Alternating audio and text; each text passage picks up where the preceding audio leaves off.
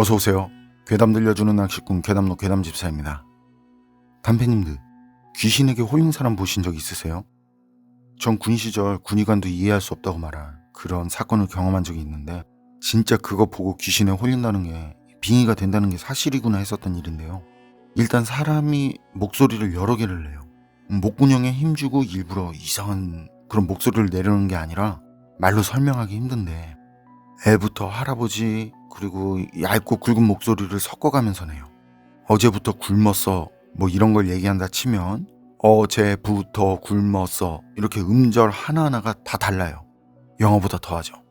그리고 마약성 모시기, 군의관 허가가 있어야 사용할 수 있는 그거, 약통에 해골 그려진 그거 몇 대를 맞아도 사람들을 몸에 달고 뛰어다녀요.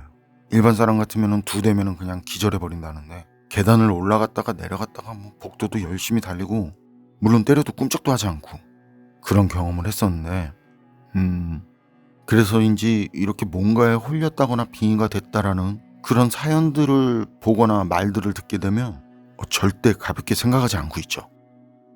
이번 이야기는 비타님께서 운영 중인 괴담 채팅방에 올라온 기묘한 경험담입니다. 비타님, 사연 제보 감사합니다. 그럼 괴담 채팅방의 기묘한 경험담, 괴담집사의 시점으로 떨어보겠습니다.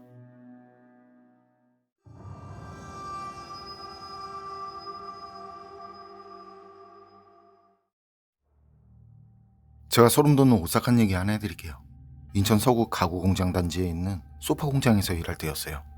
브랜드 업체에서 오더를 내리면 오더에 맞게 제품을 만들어서 납품하는 그런 작은 업체였는데요. 그날은 제작이 좀 늦어져서 납품 물량을 맞추려고 야근을 했거든요.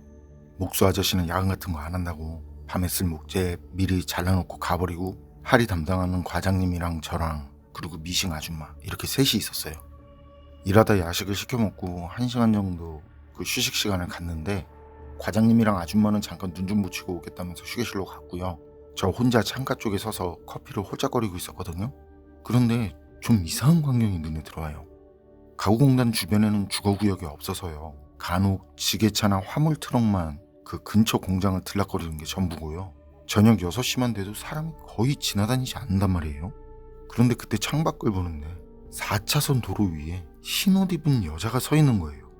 처음엔 술 마시고 취해서 저러나 싶어서, 미친 여자든 술에 취한 여자든 어쨌든 저대로 두면 사고 나겠다 싶어서 이거 빨리 신고라도 해야겠다는 생각에 전화기를 꺼내려는데 몸이 움직이질 않아요. 몸이 굳은 듯이 움직이지 않더라고요. 그땐 진짜 황당스럽더라고요. 야, 이거 왜 이러냐, 왜 이러지, 이런 생각? 그런 생각도 안 나요. 그냥 머리가 백지장처럼 하얗게 된 것 같더라니까요. 그런데 그 순간 도로에 서 있던 그 여자가 천천히 제 쪽으로 고개를 돌리는 게 보여요. 그리고 고개를 들더니 제가 있는 쪽을 올려보더라고요. 그 뒤 여자와 눈이 마주친 순간 사라졌어요. 도로에 있던 여자가 사라졌어요. 전 그 상황에 뭐지 하는데, 아주 짧은 그 순간에 제 등 뒤에서부터 목덜미 쪽으로 얼음장같이 차가운 뭔가가 천천히 더듬는 듯한 그런 느낌이 들어요. 그래서 천천히 고개를 뒤쪽으로 돌렸죠. 그랬더니 나이가 좀 있어 보이는 어떤 여자가, 눈썹은 없고 얼굴엔 심한 그 화상 자국이 있는데, 그런 여자가 양쪽으로 제 어깨를 감싸주고 천천히 자기 얼굴을 오른쪽에서 들이밀더라고요. 그때 그 여자 얼굴이 제 얼굴하고 닿았거든요. 그러니까 오른쪽 볼이 얼얼해질 정도로 한기까지 느껴지는 거예요. 그리고 그렇게 얼굴이 볼에 붙은 상태로 자기 얼굴을 더 밀어요. 제 얼굴 앞에 그 여자 얼굴이 올 정도로. 그런데 제 어깨를 잡은 손이며 몸통은 그대로 뒤에 있어요. 무서워서 미치겠더라고요. 소리를 지르고 싶은데 소리도 안 나고, 눈을 감고 싶은데 눈도 감을 수 없어요. 그리고 그때 그 여자 눈하고 정면으로 마주쳤는데, 흰자에만 있고 그 가운데 보일 듯 말 듯 작은 점 같은 눈동자가 있더라고요. 진짜 그땐 숨이 막힐 정도의 그 공포라는 게 이거구나 싶더라고요. 그리고 겁에 질린 제 다리를 타고 뜨끈한 오줌이 줄줄 흘러내리는 게 느껴지는데, 그래도 제가 할 수 있는 건 아무것도 없었어요. 그런데 그때 갑자기 옆구리 쪽에서 묵직한 통증이 느껴지는 거예요. 그 뒤에 연속적으로 이어지는 통증. 그 통증에 눈앞에 있던 여자는 사라졌고요. 점차 주변 다른 것들이 정상적으로 보이기 시작해요. 그리고 제 눈에 들어온 모습, 과장님이 계속 힘차게 저 발로 밟는지 차는지 그러면서 화를 내고 있더라고요. 과장님의 그런 과격한 발운동은 제가 왜 그러냐고 그만하시라고 해서 그제야 멈췄고요. 발로 맞은 부위가 너무 아파서 엎드린 채로 우는데 과장님이 그런 절 보면서 젊은 놈이 뭐 하는 거냐면서 저한테 욕도 찰지게 하시면서 혼을 내는 거예요. 그래서 왜 그러시냐고 물어보니까 과장님은 야식 먹고 자리 들어갔잖아요. 근데 이상하게 잠도 안 오고 심란하더래요. 그래서 나와보니까 제가 창문 밖으로 뛰어내리려고 하고 있더라고. 그래서 냅다 달려와서 제 옆구리를 발로 차서 저를 밀어냈거든요. 근데 그 뒤에도 제가 계속 창문 쪽으로 달려들더래요. 그래서 넘어뜨리고 대차게 밟아주신 거라고. 저는 그 말을 듣고 과장님한테 제가 겪은 일을 이야기했어요. 어떤 여자가 도로에 있었고 눈이 마주쳤는데 하면서. 그런데 그 말을 들은 과장이 진짜 진지하게 표정이 바뀌네. 그런 건 진짜냐면서 얼마 전 옆에 괴담 가구 김대리도 그런 거 봤다더라고. 그런 말을 하더라고요. 그리고 그날 일을 다 끝낸 뒤에요. 아침에 과장님 차를 얻어 타고 가는데 누가 귀에 가차에 대고 하는 말처럼 아깝다 이런 말이 들리는 거예요. 그런데 과장님 뭐라 그랬냐고 그런 말도 못 하겠더라고요. 그건 과장님이 뭐라 했나? 아니면 다른 곳에서 들렸나? 이렇게 착각할 정도로 들린 게 아니라 아주 명확하고 선명하게 바로 귀 옆에 대고 하는 말이었거든요. 중년 여자 목소리였고 아깝다라고 하는.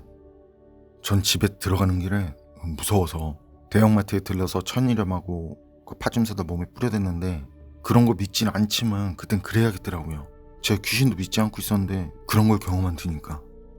그리고 다행히 그 뒤로 아무 일 없었는데 그런 일을 경험하니까 창문에 대한 공포증이 생겨서요. 한동안 집에 있는 창문들을 커튼으로 가려놓고 열지도 못했었어요. 그리고 지금도 낯선 장소에 가면 창문부터 가리는 그런 습관이 생겼고요. 어쨌든 그때 그 일, 그건 꿈도 아니고 착각도 아니라는 거. 그 일 때문에 제가 오줌을 싼 것도 사실이고 오줌을 지린 바지는 생각도 안 난 만큼 무서웠던 기억이 아직까지도 생생하니까요.